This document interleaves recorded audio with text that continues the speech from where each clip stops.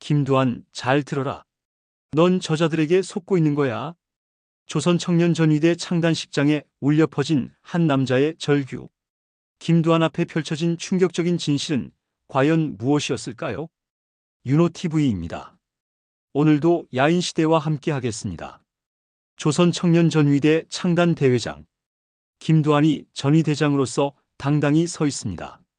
백야 김좌진 장군의 아들이 공산당의 선봉에 서게 된 것입니다. 그때 객석에서 한 남자가 벌떡 일어섭니다. 박용직입니다. 야, 김두한, 부끄럽지도 않은가? 내 아버지를 죽인 원수들과 어울려 다니더니 이제는 그들의 꼭두각시 노릇을 해. 장내가 술렁입니다. 정진영이 나섭니다. 대회를 방해하려는 반동분자다. 어서 끌어내. 공산당원들이 박용직을 끌어내려 합니다. 하지만 박용직은 계속 외칩니다. 김두한, 잘 들어라. 넌 저자들에게 속고 있는 거야. 김두한이 손을 듭니다. 잠깐, 내 아버지의 원수라니 그게 무슨 말인가? 박용직이 김두한을 향해 말합니다. 자식이 내 아버지가 어떻게 죽었는지 그것도 모른단 말인가? 너희 아버님이신 김좌진 장군님은 고려공산당원 박상실이 쏜 총탄에 비명해 가셨다. 그의 목소리가 커집니다. 알겠나? 공산주의자의 손에 돌아가셨단 말이다.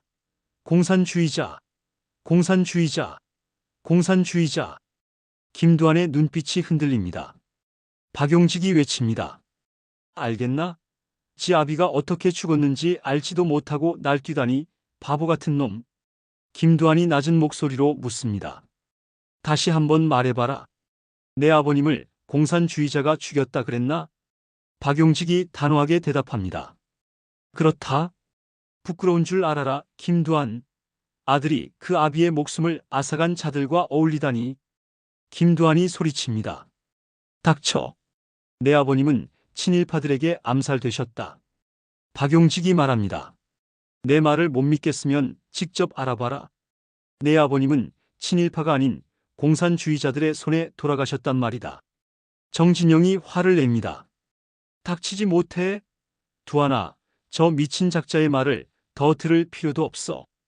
어서 끌어내라니까. 공산당원들이 박용직을 끌어냅니다. 박용직이 끌려가면서도 외칩니다. 김두한, 속지 마라. 너는 지금 저들에게 속고 있는 거야. 너의 아버님은 공산주의자에게 돌아가셨어. 정진영이 김두한에게 말합니다. 신경 쓸 거 없어. 우익놈들이 창단대회를 막아보려 보낸 자가 틀림없어. 아직 행사가 남아있어. 가자. 밖에서는 박용직이 공산당원들에게 맞고 있습니다. 그때 백관옥이 총을 들고 나타납니다. 그만들래. 배에 바람 구멍 나기 싫으면 돌아들가. 행사는 계속되었습니다. 신불출이 김두한에게 말합니다. 정말 좋았어. 오늘의 행사는 아주 성공적이었어. 하지만 김두한의 표정은 어둡습니다. 정진영이 말합니다. 두한아, 아직까지 그 이상한 작자의 생각을 하는 모양이로구나. 잊어버려라. 김두한이 대답합니다. 그자의 말을 믿는 건 아니야. 그런데 왜 하필이면 내게 그런 황당한 거짓말을 했을까? 정진영이 설명합니다. 너는 우리 조선 청년들의 우상이야. 저들이 시기하고 설치며 방해하려는 것은 당연한 거야. 한편 비밀 장소. 박용직이 염동진과 유진산에게 말합니다. 김두한은 반드시 우리를 찾아올 겁니다. 김두한은 장군의 아들임을 긍지로 여기고 살아온 자입니다. 종로에서 일본 야쿠자들과 싸울 때도 그는 자신이 김좌진 장군의 아들임을 자랑스럽게 밝혔습니다. 유진산이 말합니다. 허허, 박동지가 확신하고 있으니 맡겨봅시다. 염동진이 말합니다. 우리는 한때 해방이 되었다고 좋아하였소. 그러나 일본이 물러가고 다시 미국이 들어왔소. 경찰서. 조병옥과 장택상이 대화합니다. 백야의 아들이 전위대 대장이 된 모양이요. 허나 그 친구들이 무기를 감춰놓은 모양이에요. 압수하라는 겁니다.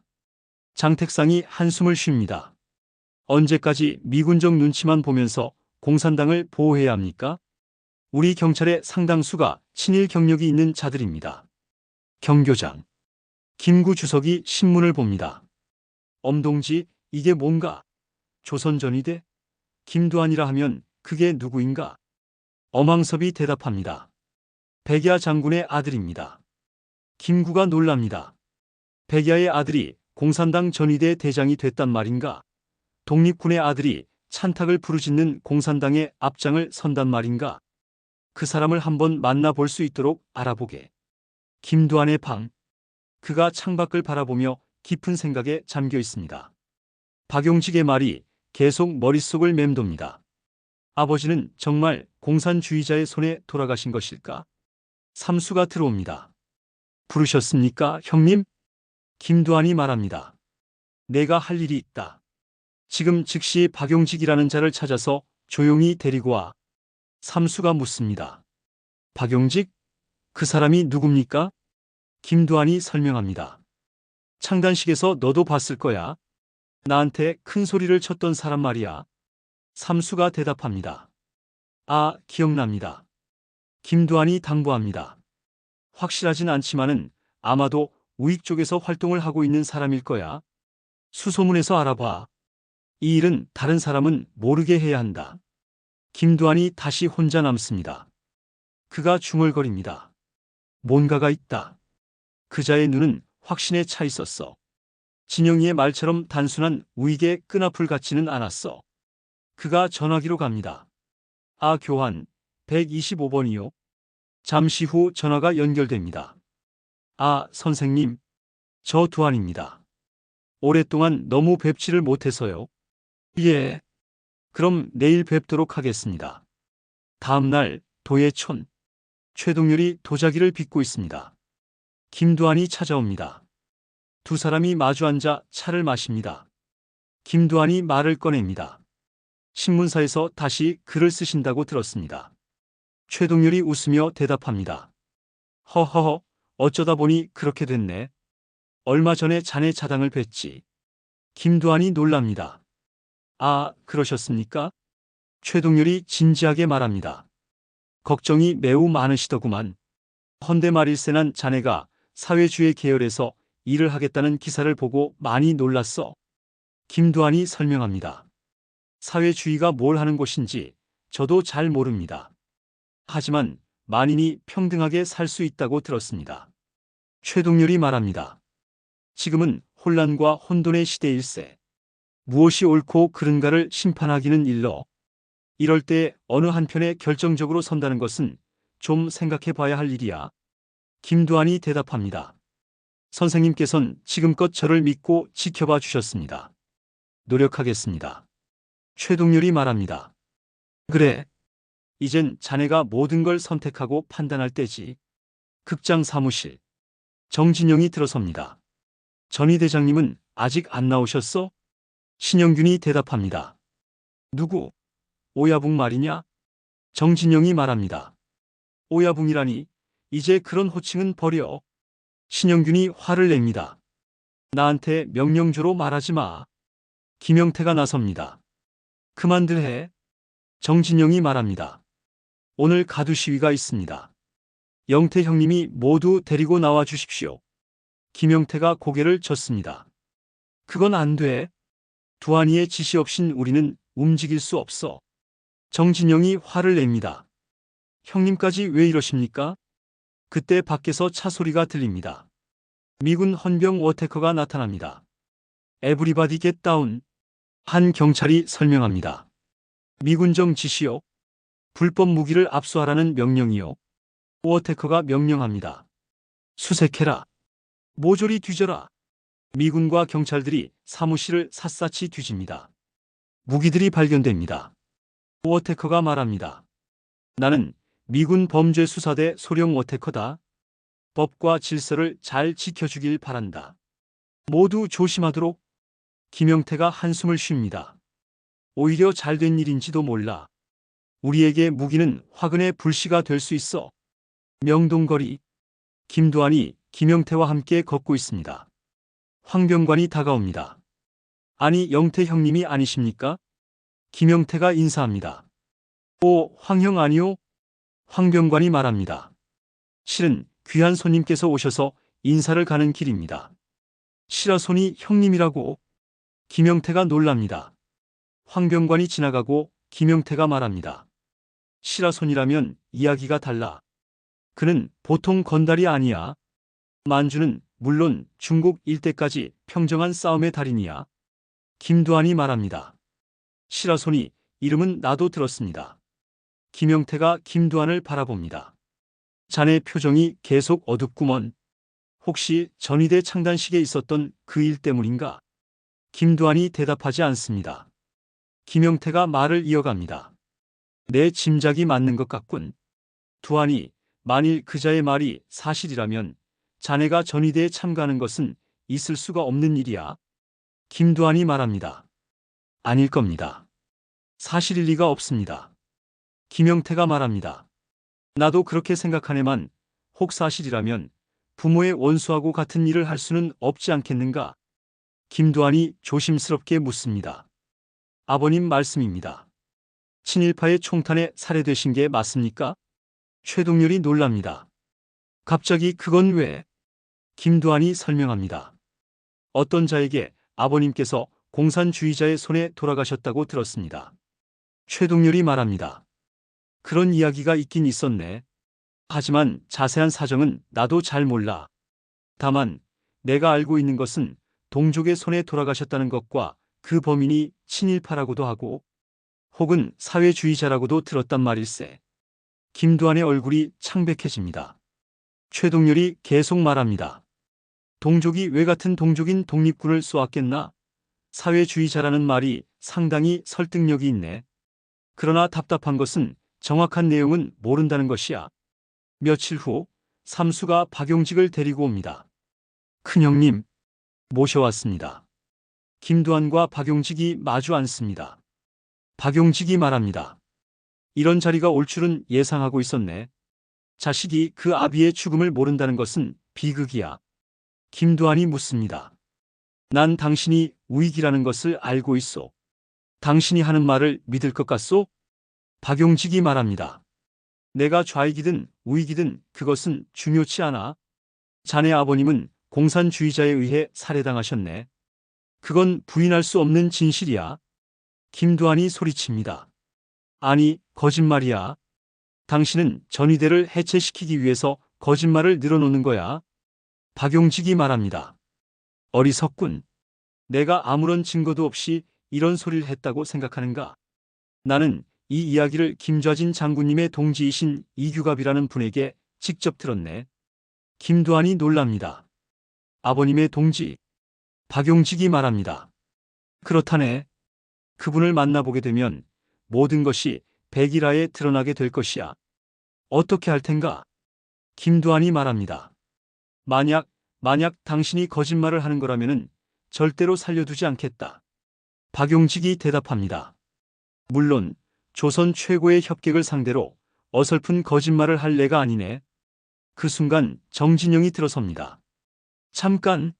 아니 넌? 박용직이 정진영을 바라봅니다. 반갑지 않은 얼굴을 자주도 보게 되는군. 정진영이 화를 냅니다. 여기가 감히 어디라고? 삼수가 막습니다. 형님, 이분은 큰형님의 손님이십니다.